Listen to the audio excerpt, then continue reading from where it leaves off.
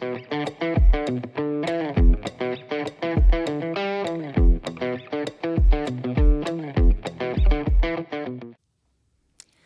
back to LIVgreat Real Estate Podcast, where we talk about all things real estate, lifestyle, and community here in Southeast Michigan and beyond. I'm your host, Dani Halsell, realtor with LIVgreat Real Estate, and today I'm joined by a wonderful guest and a friend, Susan Heren from Cross Country Mortgage, a trusted lender who has been guiding buyers and sellers through markets up and down for years. So, Susan? Thanks. It's great to be here. So today we're just diving into the Ann Arbor housing market, interest rates, and strategies that can help both buyers and sellers. That's right. We are in a shifting real estate market. We'll talk numbers, operations, strategies, everything you need to know heading into the end of 23 and kicking off 2026 with a bang. That's right. So let's get started with the big picture. As of August in 2025, the median sale price in Ann Arbor is about $505,000. That's up 7.8% year over year. Homes are staying on the market longer, about 43 days now versus 33 days last year. Inventory has jumped up too. Active listings are up almost 38% year over year. More homes for buyers to choose from, and that changes the negotiating power in the market. Yeah, it does. So what are you guys seeing as far as your buyers? Are they getting scared? Are they getting nervous? Are they getting excited? Yes. So I think seeing a little bit of all of that. I think there's a lot of relief in the market right now where they don't have to decide if they're going to buy this house before they see it on Zillow. Yeah, exactly. So the fewer multiple offers, I think, has given some relief to buyers. I think there's also some pause with the political environment that we're seeing right now. I think we're seeing a lot of people sitting on the sidelines kind of waiting to see. I think we're seeing people kind of waiting to see what happens with interest rates. Are they going to come down more? Do I want to wait for this rate to come? And we both know that's not a great idea, but it's happening. And I think we're also seeing some folks that have refied or they bought back in 2020 and they have a 3% interest rate and they're finding it difficult to give that up. So we need to find some reasons and some helpful tips and tricks for them to right size the house that they need to be in. So we are not seeing multiple offers and the frenzy that we had before, which is a relief for the buyers, but we're also finding that first-time buyers are being priced out still. Yeah, I think that's true. And I think there are still some multiple offers happening. I think it depends on the listing. I think it depends on if it's competitively priced, if it's been staged, if it's been prepared properly for the market. We're seeing things flying off with multiple offers. But then I'm also getting calls from listing agents. How can you help me market this product or market this property that's a stale listing? So it is kind of both ends. And how do, this podcast really is about how do we help these folks who are listings, who are sitting on the market a little longer than they expected? How do we help those people who are selling buy something maybe before they've sold so that they're not a contingent offer? Because I'm also seeing that people still don't want to take a contingent offer. Right. So are you looking at more bridge loans? Are people asking for that so they can make a move before they've sold? Yeah, and there's some tricks to that. Like you definitely want to have that bridge loan in place, whether that's a true bridge loan, there's a line of like a HELOC line of credit. Those things you want to have in place before your house gets listed. Do you want to talk a little bit about what the difference is between the bridge loan and the HELOC? Yeah, we're not really seeing a lot of bridge loans these days. Most of them are HELOCs. And that is something I get the phone call often like, hey, my house has been on the market. I have this house I want to buy. My house isn't sold yet. Can you help? Yes, but the answer to that really is to have that conversation with your listing before it ever hits the market. Right. Like that one I think it's really important to have the sellers pre-approved before anything happens. As a realtor, as a listing agent, having that seller talk to their lender, your lender, to know that they can afford to do whatever the next thing is. And they need to know that they can afford to do whatever the next thing is based on what they think they're going to get, and then based on what maybe is a more realistic expectation for the proceeds from the sale. And what is that number? What's the bottom line number for you to be able to move forward so that when you do get an offer, they need to know, like, is this an offer that is going to catapult me to my next move? Or is this an offer that's going to leave me hanging where I can't do the next move? You Right. want to know that before that house gets on the market. Right.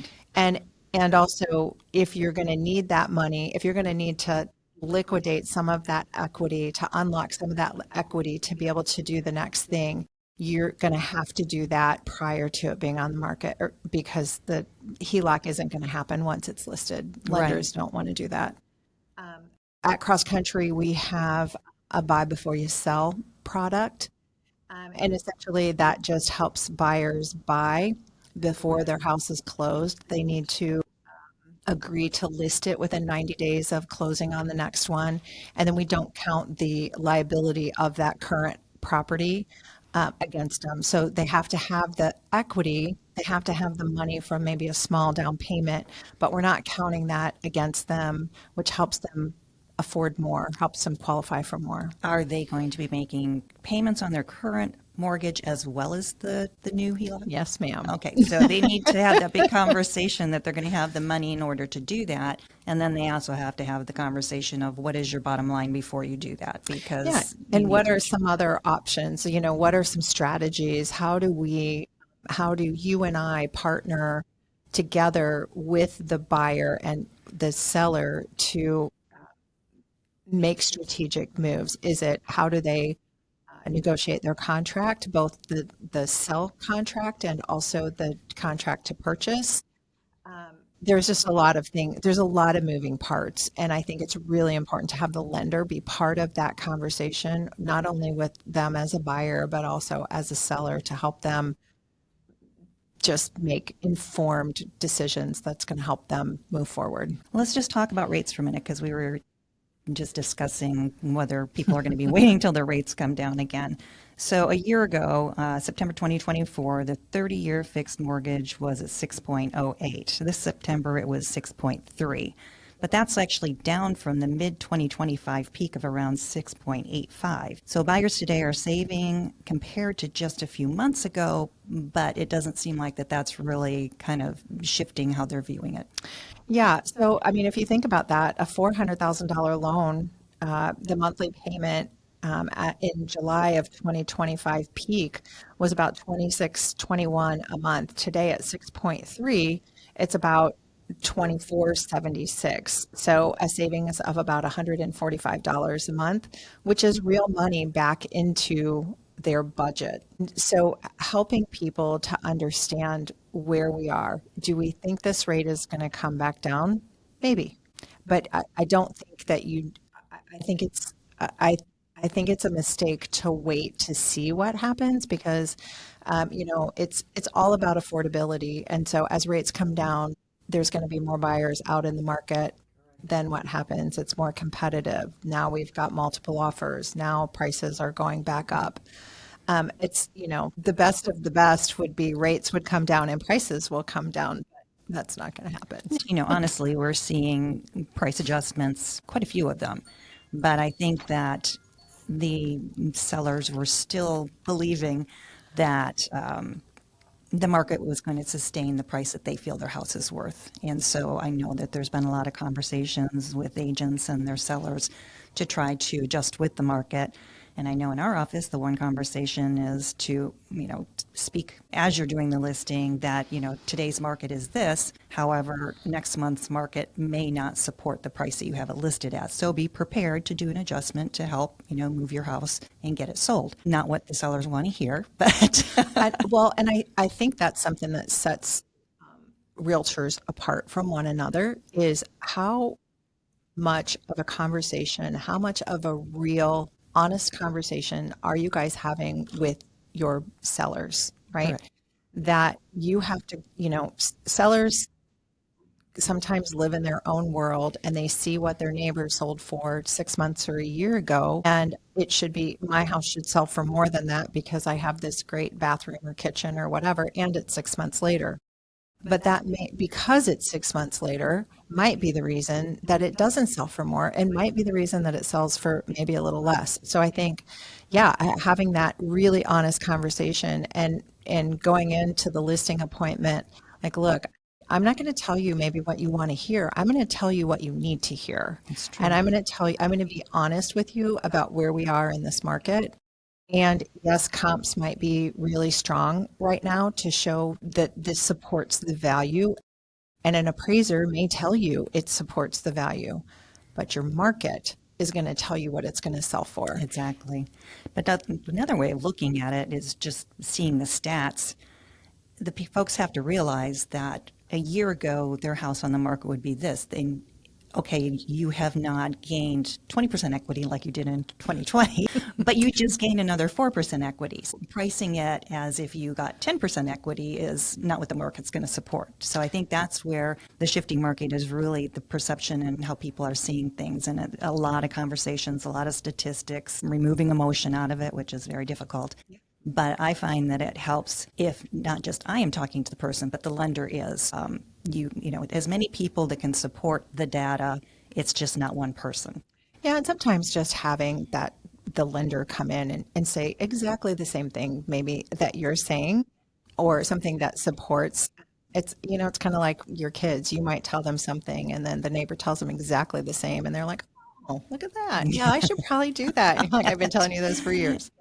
Yeah, Zillow. Don't go to Zillow. Right. And I think it's important to have that conversation about how important it is for your seller to price correctly out of the gate. It is so, so, so important that the let's price it here and see what happens mentality is probably historically, this is true, but I think it's really true now, is going to net them less money in the long run than if they would have just priced it right to start.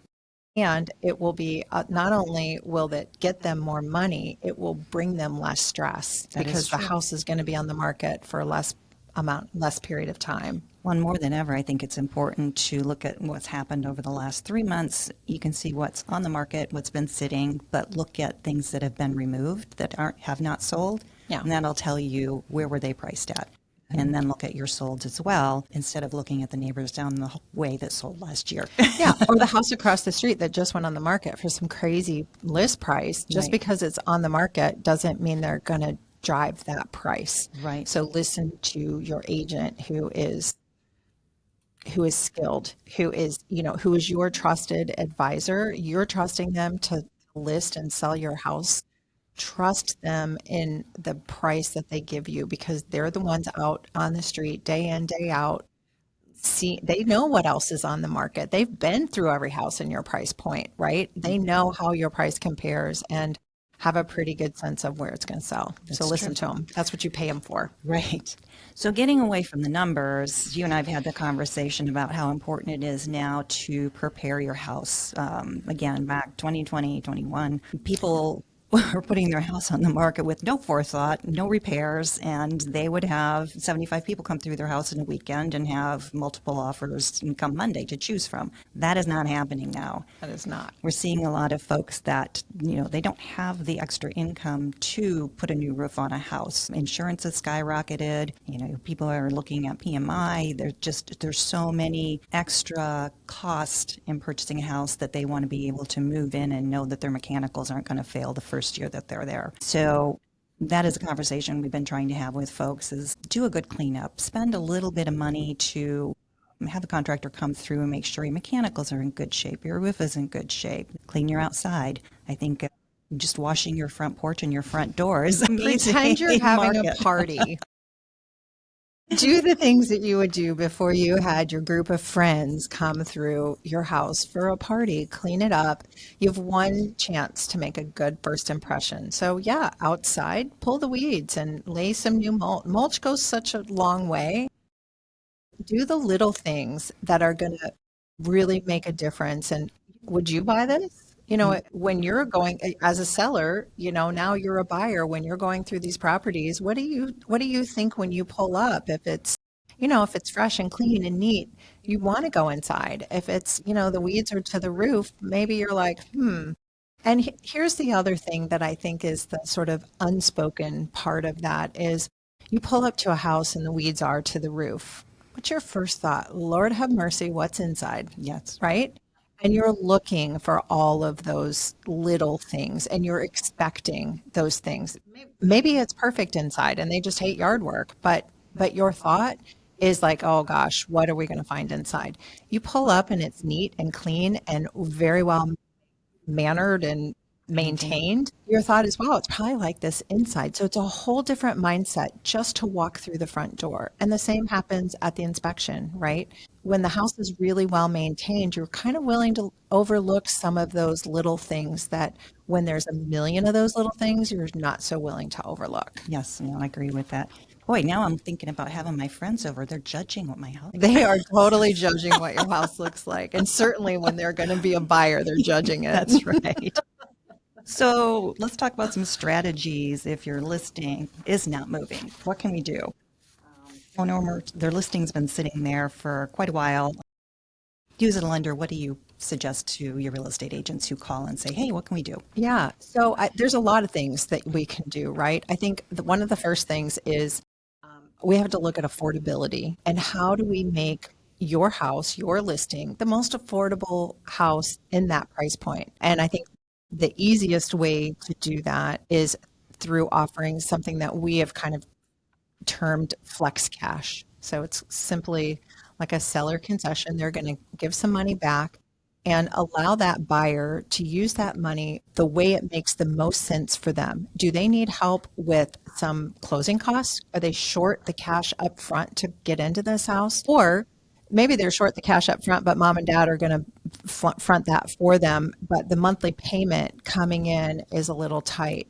So can we do like a temporary buy down? A temporary buy down is the best bang for your buck right now. For 1 year, you reduce it 1 whole point. And we've seen this happen a lot with folks that maybe have moved to the area and, one spouse got the job and that's the reason that they're moving and the other spouse is coming along and hasn't found a job yet. And they qualify, but they just need a minute to kind of get everything together, get that second spouse working, whatever the situation is, kind of ease into that payment. Yeah, they're moving expenses. And they have moving expenses, yes. So a temporary buy down, if you do, like a 2-year buy down, you start in the first year 2 full percentage points below. So for instance, if the rate is at 6% today and you do a 2-1 buy down, the first year you're paying at 4%. So imagine how much money you're saving. The second year you're at 5%, you're 1% lower. And in years 3 through 30, you're locked in at the 6%. Now, if you happen to want to refinance, the money that was spent to subsidize that payment for the first 2 years is sitting in an escrow account. So if you haven't used it all, it's there to help pay for a refinance or just reduce your principal amount.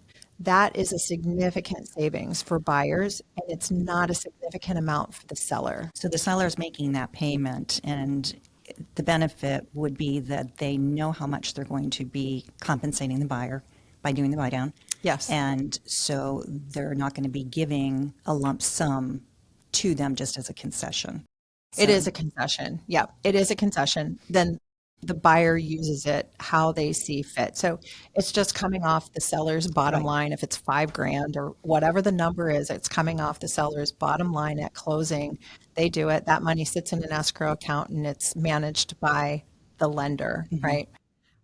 And what I would recommend is doing some sort of a flex cash for people, because that is money out of it's money back into their budget or it's money back into their pocket when they close. It's closing costs paid. So it gives them some flexibility to use that money, as opposed to like, oh, let me give you a thing for carpet, or Right. sometimes those just don't work, right?